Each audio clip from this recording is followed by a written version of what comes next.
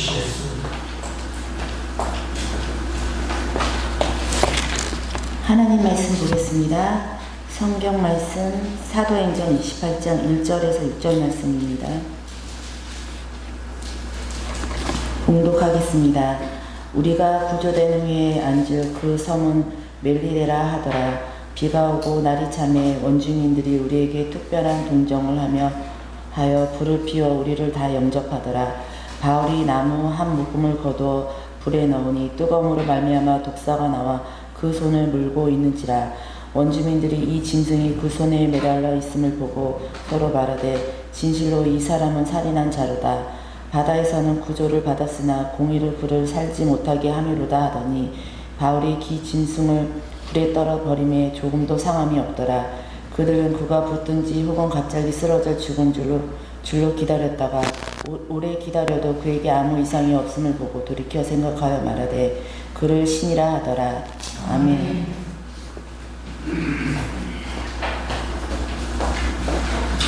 우리가 삶의 방향을 정하고요. 어떤 특정한 목표를 가지고 달려가는 중에 때는 이제 목표가 조금 바뀌기도 하고 방향이 완전히 바뀌기도 합니다.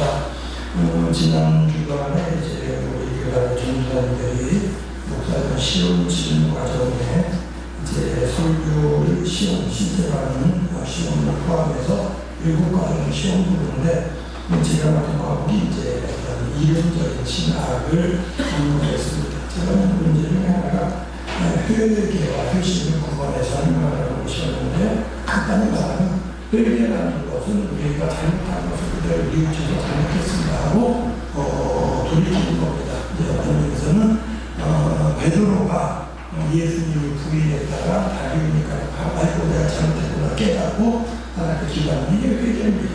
회심은 어떻게 보면 삶의 방향을 완전히 바꾸는 겁니다. 사도 바울이 예수님을 알기 전에는 예수 믿는 사람들을 잡으러 다녔습니다. 그러나 예수님을 만난 다음에는 걸음이 바뀌었어요. 예수 믿는 자들을 잡으러 다니는 게 아니라 반대로 예수를 증거하러 다니는 겁니다. 이렇게 바뀐 걸 우리가 회심이라고 이야기를 합니다. 자, 이미 우리는 예수를 믿는 자들입니다. 우리가 예수 믿는 자로서 이제 나름대로 삶의 목표를 향해 나아갑니다. 삶의 목표라는 것은 예수 믿는 자들, 믿지 않는 자들 각기 목표가 있는데요. 쉽게 표현하면 내가 어떤 사람이 되겠다. 이제 청년들이 어린이날에 정하는 게 이제 삶의 목표가 될 수 있습니다. 나는 군인이 되겠다. 나는 운동선수가 되겠다. 또는 나는 이제 사업을 하겠다. 나는 그냥 평범하게 직장생활을 하겠다. 근데 이 거리를 바뀌는 경우가 있습니다. 원치 않는 가운데 운동선수로 살려고 했는데 운동하다 다쳤습니다. 다쳤는데 이 부상으로 가시면 다시 운동선수로 뛸 수 없어요. 그러면 어쩔 수 없이 목표가 바뀌는 거예요. 운동선수는 안 되고 내가 이제 그동안에 쌓은 인맥을 가지고 사업을 하게 되는 평범하게 직장생활을 하게 바뀌게 되는 겁니다. 근데 이제 내가 나아가는 방향에 있어서 이제 또 나름대로 목표가 있는데요. 예를 들어 직업군이 되길 원했던 사람은 나름대로 어떤 목표를 정합니다. 내가 일단 직업군이 되어야 되는데 사관학교를 목표로 했습니다. 근데 우리나라 아는 것처럼 이제 사관학교 시험을 봤는데 사관학교에 합격을 못했어요. 그래서 방향을 바뀌어가지고 일반 대학에 가가지고 그 다음에 이제 군사교육을 받는 학군단을 했습니다. 근데 그러다 보니까 학군단 하면서 내가 여전히 장교가 되겠다는 생각을 갖고 있는데 본인이 이제 느끼는 게 뭐냐면은 이게 사관학교를 나와야 어떤 데서는 진급이 빨라서 어떻게 보면은 도급자들까지 갈 수 있는데 학군단을 해서 학사관으로 학군단 출신 장교가 되니까는 ROTC 되니까는 조금 진급이 늦을 것 같아요. 또는 이제 육사관이 못하고 삼사관학교를 갔는데 진급이 늦었다고 해요. 그러니까 나름대로 이제 방향을 조금 수정하는 겁니다. 내가 어느 선까지만 해가지고 연금 받기까지 분석을 하겠다. 아니면은 차라리 일찍 내가 의무공무기관을 하고 나와서 사업을 하겠다. 이게 나름대로 사람들이 과정에 목표를 하나씩 수정하기도 합니다. 이는 성경에 나오는 사람들마다의 우리 모두도 마찬가지입니다. 그러니까 사도 바울의 오늘 말씀을 통해서 우리를 돌아보려고 하는데요. 사도 바울은 처음에 처음에는 예수를 핍박하는 자였지만 예수를 만난 다음부터는 완전히 바뀌었습니다. 어떤 사람은 예수를 증거한 사람으로 바뀐 겁니다. 자, 사도 바울은 예수를 증거한 사람으로 바뀌는 과정에서 이제 어떻게든 기회만 있으면 예수를 증거하려고 하는데 하나님께서 그 얘기를 점점 영역을 점점 넓혀주시는 겁니다. 우리가 아는 대로 사도행전에 보면 처음에는 유대인들이 예수님을 믿었습니다. 쉽게 표현하면 이스라엘 사람들만, 이스라엘 나라 사람들만 예수를 믿은 겁니다. 그런 가운데에 이스라엘 사람들이 예수를 증거하면서도 처음에는 자기는 이스라엘 사람들한테만 예수를 증거했는데 이방인이, 그러니까 이스라엘 사람이 아니라 다른 나라 사람이 예수를 믿는 겁니다. 그러니까 이 사도들이 깨달은 게 뭐냐면 이게 이 예수의 복음이 유대인들만을 위한 게 아니구나. 하나님은 이방인도 구원하기 원하시는구나 걸 깨달았습니다. 그 이전까지 이스라엘 사람들, 유대인들은 자기들 유대인들만 하나님의 백성이고 유대인들만 구원받은 백성인 줄 알았습니다. 그런데 예수님이 십자가에 달려 죽으신 것을 제자들이 믿고 예수 믿음으로 말미암아 구원받는 사실을 깨달은 가운데에 유대인들 대상으로 복음을 전하는 거예요. 그냥 아브라함의 후손이라는 거, 유대인이라는 것만 가지고는 구원받지 못한다. 예수를 믿어야 구원받는다고 복음을 전하는 가운데에 유대인 아닌 사람들이 예수를 믿어요? 가만히 역사가 나타나는 겁니다. 그때 깨달은 게 뭐냐면 하나님은 유대인이 아닌 이방인도 구원을 원하시는구나라는 깨달은 겁니다. 그런 가운데에 하나님께서 사도가 우리에게 기회를 주셨는데 이스라엘 유대인들이 이스라엘 사람들이 계속 복음을 전하는 가운데 처음에는 우리가 사도행전 1장 8절 말씀에 나오는 것처럼 예루살렘에서 복음을 전하다가 이 복음의 영역이 넓어져가지고 우리로 말하면 서울시 남북한에서 복음을 전하다가 경기도까지 넓혀서 복음을 전했어요. 이제 이게 유대 지역입니다. 그러다가 이 복음 전하는 게 좀 넓어져서 상황이 왔다. 그러니까 이스라엘의 좀 변두리 지역, 그 다음에 충청도, 전라도 이런 데까지 복음이 전해진 겁니다. 그런 가운데 예루살렘과 온 유대와 사마리아 그냥 땅 끝까지 이르는 복음 전하는 그 사도행전 1장 8절 말씀처럼 이게 자연스럽게 이스라엘 나라 북쪽 갈릴리를 지나서 시리아 땅, 지금은 시리아 땅입니다. 그때 수리아라고 했는데 수리아 땅에까지 복음이 전해진 겁니다. 근데 이 복음을 받은 사람들이 많아지는 가운데에 안디옥에 교회가 세워진 겁니다. 안디옥에 교회가 세워졌는데 복음 전하는 사람들에 대해서 평신을 해요. 집사님들이 그냥 복음 전하고 떠나가고 이러니까 어떤 데서 예수님 사람들이 모이긴 하는데 제대로 이제 목회를 하는 사람이 없어요. 그러니까 예루살렘에 요청합니다. 우리 여기 예수님 사람들이 많은데 여기 와서 좀 누가 목사님하셔서 보셔서 우리 신앙을 지도 좀 해주십시오라고 이야기를 해서 예루살렘에서 바나바를 이제 안디옥교회로 파송을 하는 겁니다. 그러니까 바나바가 굉장히 지혜로운 사람이고 온유한 사람, 겸손한 사람인데 바나바가 내가 이제 안디옥교회 담임 목사로 가는구나 내 마음대로 이렇게 생각한 게 아니라 복음 전하는 데 있어서 더 효과적으로 하기 위해서 동역자가 필요하다 생각을 했고 그때 다른 사람들은 바울이 이제 그때 사울이라는 이름을 가지고 예수 믿는 사람들을 박해하다가 예수 믿게 되었는데 예수 믿는다고 복음을 전하려고 하지만 사람들이 이 사울을 신뢰를 안 해요. 믿지 않는 겁니다. 그런데 바나바가 이제 사울, 회심한 바울을 데리고 같이 갑니다. 그리고 안디옥교회에서 함께 사역을 합니다. 성도들을 예배하는 가운데 예배를 인도하고 하나님의 말씀을 가르치고 성도들이 신이 성경 말씀을 계속 가르쳐주는 가운데에 안디옥교회 성도들이 믿음이 자라는 겁니다. 안디옥교회가 완전히 이루어지니까 바나바와 바울이 하나님의 은혜를 입어서 성령께서 또 말씀하시는 야 안디옥교회에서 목회하는 걸로 만족하지 말고 다른 데 가서 복음을 전해라. 안디옥교회가 이 교회가 일치해가지고 야 우리가 이제 은혜를 입었으니까 이 복음을 다른 데 전해야지 해가지고 선교사를 파송하기도 하고 사실 자기 교회에서 제일 중요한 역할을 하는 이 바나바와 바울을 세워서 어떻게 보면 교회의 가장 중요한 사람은 오히려 선교사를 보내는 겁니다. 그리고 바울과 바나바가 안수하고 선교사를 파송하게 됩니다. 자 어떻게 보면요 바울은 예수를 믿게 된 다음에 자기 나름대로 내가 어떻게 목회를 해야지 내가 어떻게 복음 전해야지 이런 건 없습니다. 그냥 열정을 가지고 때를 만나든지 어떤 목만나든지 기회가 있든지 없든지 무조건 복음 전하라는 가운데에 그 열정적으로 복음을 전하니까 하나님께서 기회를 주셨는데 처음에는 안디옥 교회에서 예배를 인도하고 성경 공부를 가르치고 복음을 전하는 일을 하게 하셨습니다. 그런데 이제 이 바울을 들어서 또 다른 곳으로 복음을 전하게 하신 겁니다. 우리가 아는 대로 바울과 바나바가 1차 전도여행을 하게 됩니다. 그래서 이제 이 시리아를 중심으로 해서 북쪽 터키 지역을, 지금은 터키 지역인데 한 바퀴 돌아서 복음을 전하고 다시 돌아옵니다. 그리고 다시 안디옥교에서 목회를 하는데 어느 정도 기간이 지나니까 바울이 뜨거운 겁니다. 야, 우리가 복음 전하고 있는 곳에 성도들이 믿음 생활 잘하고 있다. 그때 복음 전하는 사도들은요, 가가지고 예수 믿으라고, 그가 예수 믿고 나면 그 지역에 있는 분들 당신들끼리 모여서 예배 드리야 돼요. 이러고 오는 겁니다. 그럼 그들끼리 또 성경 공부하고 이게 모이고 이러는데 이게 이들의 믿음이 제대로 자라는지 교회가 보험했는지 궁금한 거예요. 그래서 이제 바울이 이 처음에 전도했던 곳을 돌아보기 위해서 바울과 바나바가 다시 떠나기로 합니다. 근데 문제는 뭐냐면 바울과 바나바가 믿음 좋은 사람들이고 성품 좋은 사람들이고 바나바가 굉장히 원만한 사람이고 온유한 사람인데 둘이 싸워요. 출발하면서. 그러냐면 마가라는 사람 때문에 싸웁니다. 마가복음을 쓴 사람인데 그 사람이 바울과 함께 1차 전도에 동행을 했는데 얼마 못 가가지고 힘드니까 에이 안 가려고 중간에 포기를 했어요. 바울은 굉장히 고지고대하는 사람입니다.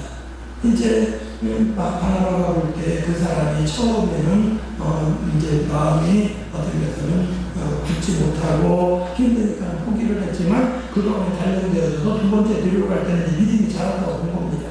그러니까 이제 바울한테 같이 데려가야 되는데 바울이 끝까지 고집을 피웁니다. 근데 이번에는 바나바도 양보를 안 해요. 이 마가를 데리고 가면 우리에게 유익하고 마가도 신앙을 훈련이 되고 훈련을 시켜 이 사람이 또 독립적으로 일할 수 있지 않느냐고 이야기를 하는데 바울이 나는 저런 사람은 절대 같이 못한다고 그랬어요. 그러다 보니까 싸워가지고 둘이 갈라져요. 근데 사실 우리가 성경은 사도행전을 바울 중심으로 봅니다. 왜요? 바울을 따랐던 사람이 누가고 그 누가가 바울의 행전을 중심으로 기록하고 있기 때문입니다. 근데 사실은 처음에 교회 사역에 주도적인 역할은 바나바였고 어떤 처음에 성경사로 파송받을 때, 두 번째 파송받을 때에도 주동적인 자는 바나바였습니다. 갈라지다 보니까 바나바는 원래 일정대로 처음에 갔던 지역으로 돌아옵니다. 근데 그 지역 같이 안 가니까 바울은 새로운 곳을 개척하는 겁니다. 그래서 우리가 아는 대로 그래서 바울이 2차 전도여행을 하게 되는 겁니다. 자, 바울이 전도여행하는 과정에 성경에 보면 아시아라고 되어 있는데 오늘 아시아 줄을 말하는 게 아니라 터키가 우리가 아는 대로 터키 땅의 일부는 유럽 대륙에 붙어 있어요. 그리고 대부분의 땅이 이 아시아주에 붙어 있습니다. 그런데 이제 그 부분을 옛날 아시아라고 불렀는데 바울이 그쪽으로 가려고 하는데 성령께서 막으셔요. 자꾸 길이 막혀요. 그러니까 이상하게 예를 들면 배를 타려고 하면 배가 일정이 안 돼가지고 막힌다든지 어디로 가려면 거기 못 가려든지 자꾸 그럽니다. 그러니까 바울이 여러 차례 시도를 하는 가운데 하나님께 기도하면 허락을 안 해요. 그러다가 환상 중에 보게 되는 게 뭐냐면 마게도냐 사람들이 나타나가지고 손짓을 합니다. 우리 좀 도와주세요. 우리 좀 도와주세요. 그 마게도냐가 뭐냐면 그리스의 위쪽 부분이 마게도냐입니다. 그러니까 그리스 사람들이 원하는 겁니다. 그러니까 바울이 깨달아요. 하나님이 원하시는 게 바로 그쪽 방향으로 가게 하시는 거구나. 그래서 바울이 그걸 깨닫고 방향을 틀어서 그리스로 가게 되는 겁니다. 그래서 이제 그리스를 중심으로 이제 전도하게 된 게 오늘날 우리 성경에 나오는 에베소, 빌립보, 고린도 이 지역들입니다. 그러니까 그 지역들을 전도하고 교회를 세우고 하는 역사를 이루고 이제 돌아옵니다. 그러면서 이제 사도 바울이 이 전도한 내용을 가지고 예루살렘 교회에 왔다면서 그 당시 초대교회에 온 겁니다. 거기에는 베드로나 예수님 형제 야고보가 어떤 교회를 있는데 그들에게 어떤 면에서는 보고하려고 합니다. 왜요? 하나님이 유대인만이 아니라 이방인에게 복음을 이제 전하게 하셨다고. 그리고 그 많은 역사가 나타났다는 것을 이제 보고하려고 그쪽을 향해 갑니다. 그러는 가운데에 사도 바울이 처음으로 이야기하는 것이 사도행전 19장 21절입니다. 자, 내가 지금 예루살렘에 가서 구하려고 하지만 이제 내가 로마도 구하여야 한다. 로마로 보겠다는 말은 관광을 하겠다는 말이 아니라요. 그 당시에 세계 중심이 어디입니까? 로마입니다. 처음에 사도 바울은 처음부터 내가 예수 믿었으니까 로마까지 가야 이렇게 생각한 건 아니고요. 기회 있는 대로 복음 전하는 가운데 예루살렘에서 전하려다가 여러 가지로 사람들이 믿지 않고 막힙니다. 그런 가운데 안디옥에서 사역을 했어요. 안디옥에서 선교사로 파송을 하니까 이제 터키 지역을 복음을 전했습니다. 이제 그 지역 돌아보니까 하나님께서 그리스까지 가게 하시니까 그리스 지역 마게도니아 지역을 복음을 전하는 과정에 바로 그 옆에가 이탈리아 다니고 로마인데 더 꿈이 커졌습니다. 야, 내가 이제 복음 전하는 데 있어서 내가 로마까지 가야겠다. 그런 생각을 하게 된 겁니다. 첫째는요, 하나님께서 우리가 주의를 감당하는 가운데 꿈을 크게 갖게 하시고 영향이 넓어지게 하시고 우리를 더 많은 일을 감당하게 하십니다. 우리가 어떤 꿈을 갖는 데 있어서 그냥 하나님 나는 그저 하루 세끼 먹고 사는 걸로 만족해요 하고 우리의 삶을 살아갈지 모릅니다. 하나님 그냥 나 혼자 믿는 것을 만족해요라고 생각할지 모릅니다. 그러나 하나님 우리의 삶의 영역을 통해서 우리가 복음을 전하는 자가 많아지기를 원합니다. 내 형제들이 있지 않는 가운데 내 형제들에게 복음 전할 기회를 허락해 주시고 내가 사업을 경영하는 가운데에 사업장 식구들에게 복음 전할 기회를 갖게 하시고 내 같은 데서는 많은 사람들과 거래를 하는 가운데 거래처 사람들을 상대로 복음을 전하게 하시고 그럼 내가 사업의 영역을 넓히는 가운데 그 영역 넓어지는 가운데 복음을 전하게 하시는 겁니다. 하나님께서 우리로 하여금 더 큰 꿈을 갖게 하시는 가운데에 아직은 가지 못했지만 내가 로마로 가야겠다는 생각을 갖게 하시는 것은 사도 바울을 통해서 더 큰 역사를 이루려고 하신 뜻인 줄로 압니다. 1차 전도여행 가운데 그리스로 가게 되었고 이제 1차 전도여행의 여행지를 도와주기 계획으로 2차 전도여행 가운데에 마게도니아 지역으로 가게 되었고 마게도니아 지역으로 돌아오는 가운데 하나님께서 그로 하여금 로마에까지 꿈을 갖도록 하셨다는 겁니다. 물론 그 과정에 어려움이 있었습니다. 이제 예루살렘으로 가는 과정에 사도 바울이 로마로 간다고 그러니까 하나님께서 그를 시험하기 위한 건지 아니면은 사람들이 어떤 데서는 그를 긍휼히 여기는 건지 많은 사람들이 이야기를 합니다. 이제 성령이 감동받아서 예언하기를 바울이 로마에 가면 결박될 것이라고 이야기를 합니다. 어떤 사람은 예언자인데 바울의 허리띠를 빌려다가 자기의 손을 묶어가지고 말하기를 이 허리띠 주인이 로마로 갈 때 이렇게 될 것이다라고 이야기를 합니다. 그러니까 바울을 사랑하는 사람이 울면서 말도 합니다. 울면서 아이고 로마로 오면 안 됩니다. 로마로 가면은 큰일 납니다. 붙잡힙니다라고 이야기를 합니다. 그런 사도 바울이 깨달은 것은 하나님께서 자기에게 로마로 가고자 하는 마음을 갖게 하신 게 하나님께서 주신 비전인 줄 압니다. 너희들이 그래 물어가지고 나는 마음 슬프게 하지 말고 무겁게 하지 말고 하나님께서 너희들이 주신 사명에 나는 거기까지 가야겠다 결단하고 이야기를 합니다. 이번에 우리가 아는 대로 미국의 트럼프 대통령에 의해서 많은 투자를 받았고 투자하기도 했고 지금 미국의 현대자동차 그리고 전기차이기 때문에 LG 솔루션이라는 배터리 공장이 있고요. 거기 기술자들이 필요한데 기술자로서 어떻게 보면은 직장인 비자가 얻기 어려우니까 그동안에 그냥 되게 인정해줬던 게 뭐냐면 관광 비자나 취업 비자가 아닌 다른 비자를 가지고 가서 일을 하면은 그 기간 안에 일을 하면은 묵인해 줬습니다. 그런데 이제 갑자기 우리가 아는 것처럼 많은 사람들이 이민 그 다음에 무슨 단속을 해가지고 마치 무슨 테러리스트를 잡는 것처럼 중부장한 사람들이 들이닥쳐서 한국에 이제 300여 명을 일주일 동안 구금했습니다. 그리고 이제 거기에 구금됐던 사람들이 미국에 남아가지고 재판하자고 이거 나는 싫고 지겹고 무섭고 그냥 한국 갔겠다 한국 남겨주고 정부가 왔습니다. 자, 그 위에 걸려진 이야기가 이번 차제에 여권 우리가 비자를 제대로 받아야 된다고 이야기를 합니다. 아마 거기 갔다가 한번 구금당했던 사람 같은 생각입니다. 야, 관광비자 줄 테니까 미국이 눈 감아주니까 다시 가라. 다시는 못 간다고 그럴 겁니다. 내가 제대로 된 비자 받기 전에 한다는 겁니다. 여기에 이번 주간에 또 들어보라고 선포한 게 있습니다. 미국에 취업하러 오는 사람들, 취업비자 받기 위해서는 취업비자 발급받는 데 있어서 내는 그 비용이 있는데 지금의 100배를 받겠다는 겁니다. 이게 오라는 건지 오지 말라는 건지. 어떻게 보면은요, 나름대로 우리 한국인들 가운데는 미국을 마치 예수님 당시 로마를 바라보는 것처럼 공부하는 학생들의 경우에 있어서는 내가 미국에 가서 공부하고 학위를 얻겠다는 사람도 있고 어떤 것은 직장 생활하거나 사업하는 사람 가운데 그래도 미국이라는 시장이 크니까 미국에 진출하겠다 또는 미국에 가서 사업하겠다 또는 미국에 가서 돈 벌겠다는 사람들이 많이 있는데 자 이런 조치들 가운데 과연 우리가 취할 것이 무엇하는 그런 생각을 해보았습니다. 과연 그럼에도 불구하고 그 비싼 돈을 들여가면서 취업비자를 얻어야 되는 건지 나라가 어떤 그런 타협을 해가지고 깎아주는 기다려야 되는 건지 아니면 대통령이 바뀔 때까지 기다려야 되는 건지 사실은 우리가 나름대로 꿈을 가지고 목표를 가지고 나아가는 과정에 어려움이 있다 보면 우리는 좌절하게 어려웁니다. 사도 바울에게 있어서는 로마로 가졌다고 하는데 보여주는 이야기, 들려주는 이야기가 다르다면 이렇게 결박당한다, 반성하면 이렇게 고난을 당한다는 이야기였습니다. 그럼에도 불구하고 사도 바울은 예수 그리스도의 복음을 전하는 데 있어서 최종적으로 내가 바울 이제 로마까지 가겠다는 결단을 했을 때에는 그러한 유혹이나 여러 가지 장애들이 장애가 되지 못했습니다. 그래서 우리가 아는 대로 예루살렘으로 갑니다.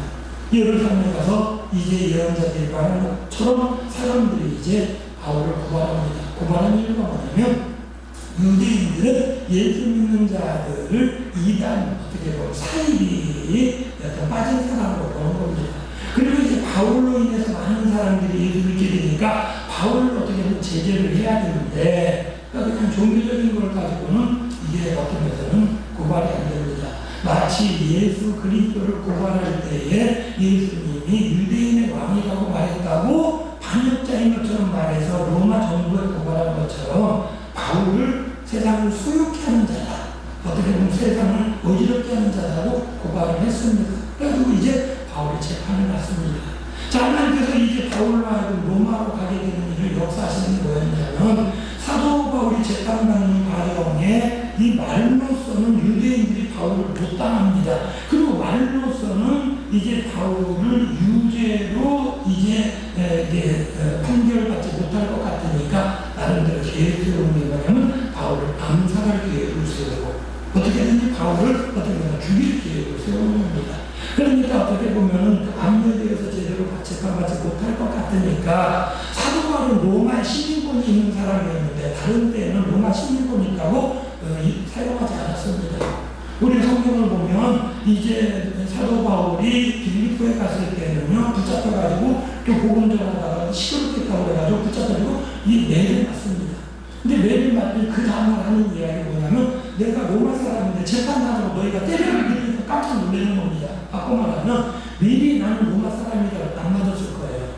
그러나 사도 바울은 자기를 위해서 그렇게 말하진 않았는데 지금 이제 이 재판이 불리해서 내가 어떤 면에서는 여기서 유죄를 받거나 유대인들에게 살해를 할 것 같으니까 그때 비로소 이야기를 합니다. 나는 로마 시민권을 가진 사람으로서 로마에 가서 로마 황제에게 재판을 받겠다라고 이야기를 합니다.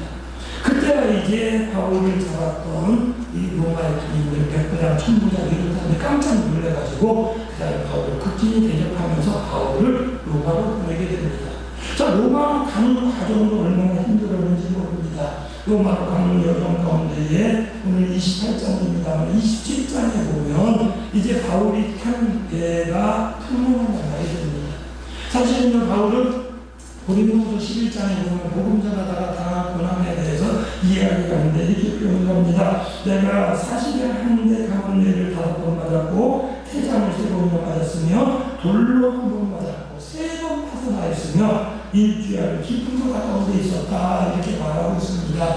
그러니까 그 당시 이제 죄인들은요 매로 때려서 다스린 경우가 있고 우리가 옛날 사극을 보면 곤장 때린다고 그러죠. 우리나라는 이렇게 나무 틀 위에다가 묶어놓고 엉덩이를 그대로 때리는데 이제 세워놓고 그 다음에 채찍으로서 40대 때리면 죽는다고 생각합니다. 그러니까 딱 죽기 모직자 서른아홉 대 때리는 겁니다. 이런 매를 바울이 3번이나 맞았다는 겁니다.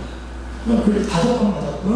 그 다음에 태장이라고 해서 채찍 끝에다가 이제 쇠사슬을 달아가지고 채찍으로 휘둘리면 몸에 휙 감깁니다. 얼마 전에 제가 화면으로 이제 그걸 공개했는데 그러니까 미국의 흑인들이 노예로 잡혀가지고 고난을 받는 과정에 있어서 이제 애무하는 거. 이렇게 흑인이 이렇게 옷을 벗은 등을 보여주니까요. 이게 채찍으로 맞아가지고 상처가 나서 이렇게 수술한 것처럼 이게 아물고 또 때려가지고 또 다시 그 위에 자국이 나고 아물고 이런식으로 상처는 그 모습을 보면서 이제 미국의 노예 시대 때 흑인들이 어떤 고초를 당했거든요. 딱 그 등짝 한 번 보면서 이게 막 피부에 와닿습니다. 근데 사도 바울은 노예도 아닌데요. 이 복음 전하다가 그런 고초를 수업시켰다는 겁니다. 그럼에도 불구하고 어떤 것은 지금 로마로 가겠다는 겁니다.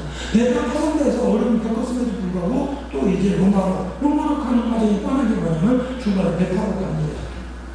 그 과정 가운데 27장에 보면 배를 타고 가다가 정말로 큰 이제 풍랑을 맞게 됩니다. 어려움을 겪게 됩니다. 제 어려움을 겪게 된 것을 바울이 알고 이제 경고를 합니다.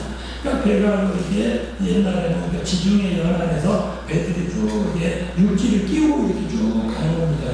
큰 바람 받을까.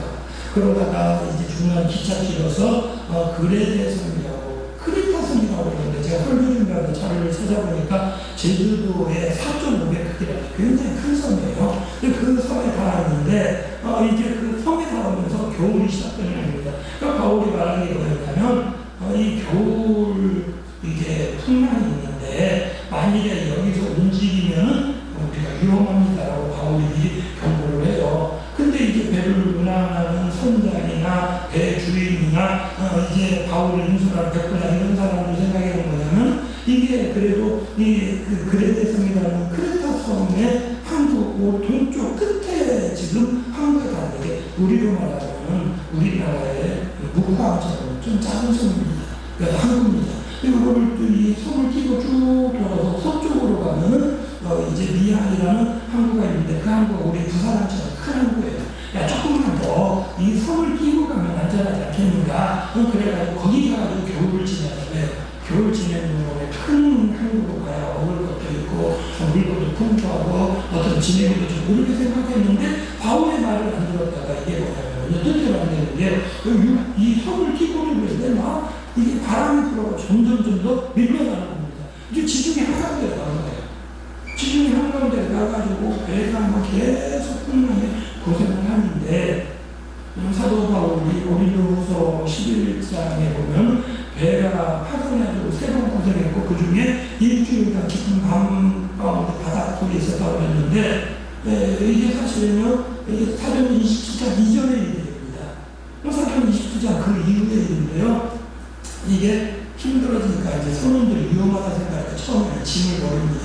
그러다 안 되니까는 뭐 배가 좀 이라도 고장나면 고치려고 하는 그런 기구들도 다 보여요. 그런 가운데 해결이 안 됐는데 사도 바울이 마지막에 이럽니다. 하나님께서 내게 밤중에 말씀하셨는데 나를 하나님께서 보시고 이 배에 있는 사람 하나도 목숨 잃지 않고 배만 파손될 거라고 그랬다라고 이야기하면서 배가 파손되면 그래도 육지까지 헤엄쳐가야 되는 힘을 얻기 위해서 지금 우리가 10나흘 동안 아무것도 못 먹었는데 음식을 찍어서 음식 먹읍시다 이야기를 해요. 그러니까 아마 마지막까지 나는 음식인 것 같아요. 밀 같은 거. 그리고는 거기서 교리를 해가지고 먹습니다. 그러고 나서 배가 가다가 암초에 걸려가지고 배가 깨져요. 배가 깨지니까 이제 다들 바다로 뛰어내려서 보니까 멀리 육지 보입니다. 헤엄치고 치고 헤엄치는 사람은 그 당시에 배들이 나무 조각을 붙잡고 발로 헤엄쳐가지고 육지에 올라갔는데 거기에 배에 떴던 사람은 전부 다 살아난 겁니다.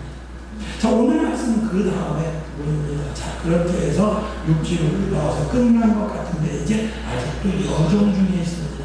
무슨 말이냐면 우리가 하나님의 어떤 은혜에 따라 내 삶의 여정을 걸어가는 과정에 중간에 어려운 일을 만납니다. 큰 고비를 겪습니다. 그 고비 끝나면 끝난 것 같은데 여전히 우리는 목표를 향하는 여정 중에 있다는 겁니다. 풍랑을 만나서 풍랑하고 싸워서 겨우 한숨 놓았다 했더니 배가 파손되고, 배가 파손된 가운데 이제 육지를 향해 나오면 끝난 게 아니라 사실 여전히 또 문제가 남아 있습니다. 자, 추운 바다에서 물을 뒤집어서 나오니까 그래도 보니까 그 육지에 사는 사람들, 사실은 육지가 아니라 섬입니다. 이 섬 이름이 오늘 본문 가운데 멜리데 섬이라고 되어 있는데요. 멜리데 섬이 지중해 물타섬입니다. 지금 관광지로 유명합니다. 그러니까 제가 이것도 자료를 찾아보니까 이 물타섬은 크레타섬에도 굉장히 작습니다. 제주도의 6분의 크기라고 해요. 제주도보다도 6분의 정도 작은 섬입니다. 어쨌든 작은 섬에서 그냥 한국에 저쪽 끝 보이는 그 정도는 아니에요. 길이가 한 100km, 그 다음에 폭은 한 25km 정도. 그러니까 동서로는 100km, 남부로는 한 25km 되는 그런 섬인데, 어쨌든 뭐 배에서 봐도 육지에만 해무처럼 와보니까 근데 주민들이 좋은 사람들, 주민들이 다 와가지고는 그 다음에 이 사람들은 목포 같은 거로 추우니까 덮어주고, 그 다음에 쉴 수 있도록 이렇게 공간을 마련해 줄 겁니다. 그러니까 추우니까 이제 그 사람들이 나무까지 갖다 놔서 가운데서 나무를 핀 겁니다. 배에 있던 사람들이 이제 추워가지고 다 이제 나무를 이렇게 굴적고 있는데, 이게 나무가 줄어드니까는 바울이 옆에 있는 나무를 집어가지고 불에 올려놓는 순간, 자, 이 땅바닥에 있던 자고 있던 뱀이 뜨거우니까 나와가지고 바울의 손을 꽉 불었어. 근데 그 섬 사람들 볼 때는 이 섬의 유명한 독사입니다. 독이 있는 뱀이에요. 그러니까 그 사람들이 생각하기를, 그들도 대략적으로 이야기를 들었어요. 타고 있던 사람들 가운데 선원도 있고, 백부장이 대부분은 호송하는 군인들도 있고, 호송되는 죄수들도 있었습니다. 자, 배가 파손될 때에 백부장이 군인들이 이 죄수들이 도망갈까봐 어차피 죄인이니까 다 죽이려고 해요. 그러니까 바울은 아직 재판받지 않은 미교수인데, 고발당한 사람인데, 백부장은 바울이 로마 사람이고 좋은 사람인 걸 알아요. 죄인들을 죽이면 다 죽일까봐 백부장이 그러지 말라가지고 살려준 거예요. 하나님은 바울을 살리시려고. 그러니까 죄인들까지 다 살아서 와 있는데, 자, 성 주민들 입장에서는 딱 보니까 군인들도 있고 선원들도 있고 누가 또 있어요? 죄수들도 있는 겁니다. 죄수들이 있는데 그게 어떤 죄인지 모르는데, 바울의 손을 독사가 보니까 딱 주민들이 생각하기를, 아, 저 사람은 정말 나쁜 사람인가 보다. 물에서는 살아났지만 공구이가 저 사람 죽게 만드는구나 라고 생각을 했어요. 자, 그럼 이 뱀이 물었으니까 이제 곧 죽겠지. 아마 뱀의 독사에 물려서 얼마 시간이 걸리는지 모르지만, 그 주민들 생각에는 우리가 직접 우리가 경험한 건 아니지만 우리가 많이 듣고 알고 있는 게 살모사에 걸리면 몇 분 안에 죽는다 이러는데, 그런 경우입니다. 근데 바울이 물리니까 뚝 떼가지고 불속에 집어넣으면 가만히 불적으로 있는 거 보니까 팔이 붓는 것도 아니고 얼굴이 검어지는 것도 아니고 비틀거리고 쓰러지는 것도 멀쩡합니다. 그럴 때 주민이 어떻게 봤냐면, 저 사람이 처음에는 정말 죄가 많은 사람 생각했다가 저 사람은 신이다 생각합니다. 오늘 공독한 부분은 거기까지인데요. 신이다라고 생각을 하고 막 예물을 가져와서 신으로 해요. 그 당시 섬에 보니까 그리스에도 있고, 그리스가 뭘 유명하니까 각종 신, 우리가 그리스 로마 신화에 가면 모든 똑같은 신이에요. 로마 황제가 신입니다. 그러니까 신으로서 섬기러 가니까 바울이 뺏겼습니다. 신이 아니다. 그리고 재산을 파괴합니다. 그런 가운데 이제 사실 하나님 역사하실 때 그 섬의 족장이 병들어 있어요. 그 바울한테 이야기를 합니다. 바울이 가서 기도해서 그 사람들한테 해줍니다. 바울이 기도하니까 그 족장이 나으니까 그 동네 아픈 사람들이 전부 다 바울에게 옵니다. 바울의 그 지역 사람들을 기도해주고 다 해줍니다. 자, 하나님의 역사는 바울이 로마까지 간다고 그러니까 로마 가는 걸로 끝나는 게 아니라 그 가는 여정 가운데 함께 하십니다.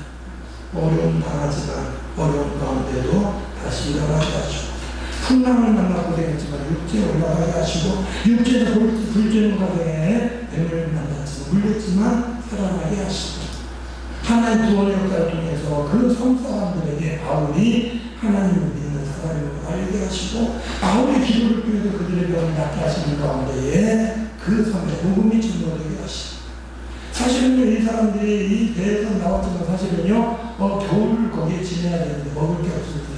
바울이 주민들의 병을 고쳐주니까 주민들이 먹을 거 싸서 옵니다. 바울 덕분에 배에서 나온 그 사람들의 먹을 거 다 어떻게 보면 겨울 동안 먹을 거 풍족하게 지내게 돼요. 겨울이 지난 다음에 로마로 들어가게 됩니다. 그래서 오늘 6절까지 보았습니다만 이제 14절 말씀에 거기서 형제들을 만나 그대로 청하가 일에 함께 옵니다. 그래서 우리는 이와 같이 로마로 가니라. 결국 사도 바울이 로마까지 가게 된 것을 말씀해 주고 있습니다. 하나님은요, 바울에게 역사시켰기 오늘도 우리와 함께 하십니다. 우리가 나름대로 목표를 정하고 가는 과정에 내가 뭘 하겠다, 군인이 되겠다, 운동 선수가 되겠다, 내가 어떤 일을 하겠다, 그 과정에 때로는 꿈을 더 크게 갖게 하십니다.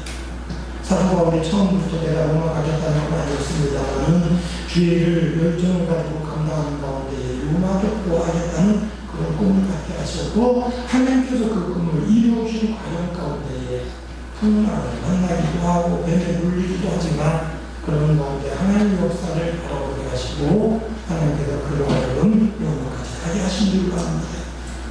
우리 가정도 마찬가지고요, 개인도 마찬가지고요, 우리 자녀도 마찬가지입니다. 처음부터 원대한 꿈을 가지고 나아가는 경우도 있습니다만 내가 방향을 정해놓고 나아가는 과정에 때로는 꿈을 더 크게 가질 수가 있습니다.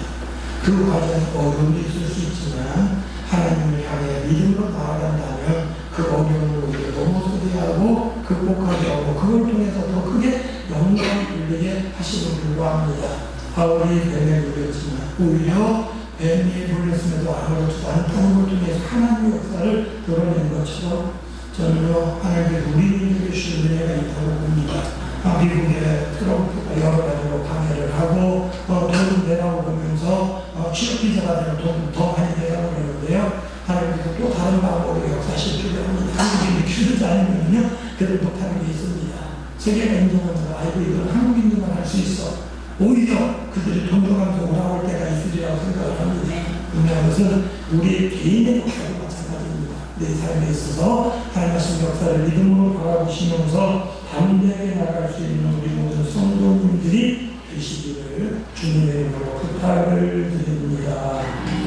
오늘도 상황을 마음으로 주 앞에 나와 예배하게 하시고 주님 말씀 가운데 우리 자신을 돌아보게 하시오니 감사함을 드립니다. 목표를 향해 나아가는 여러 가운데 어려움으로 인해 낙심하거나 주저앉지 않게 하시고 오히려 고난 가운데에 더 큰 영광 나타내게 하여 주시옵소서. 예수님의 이름으로 기도드렸나이다. 아멘. 자리에서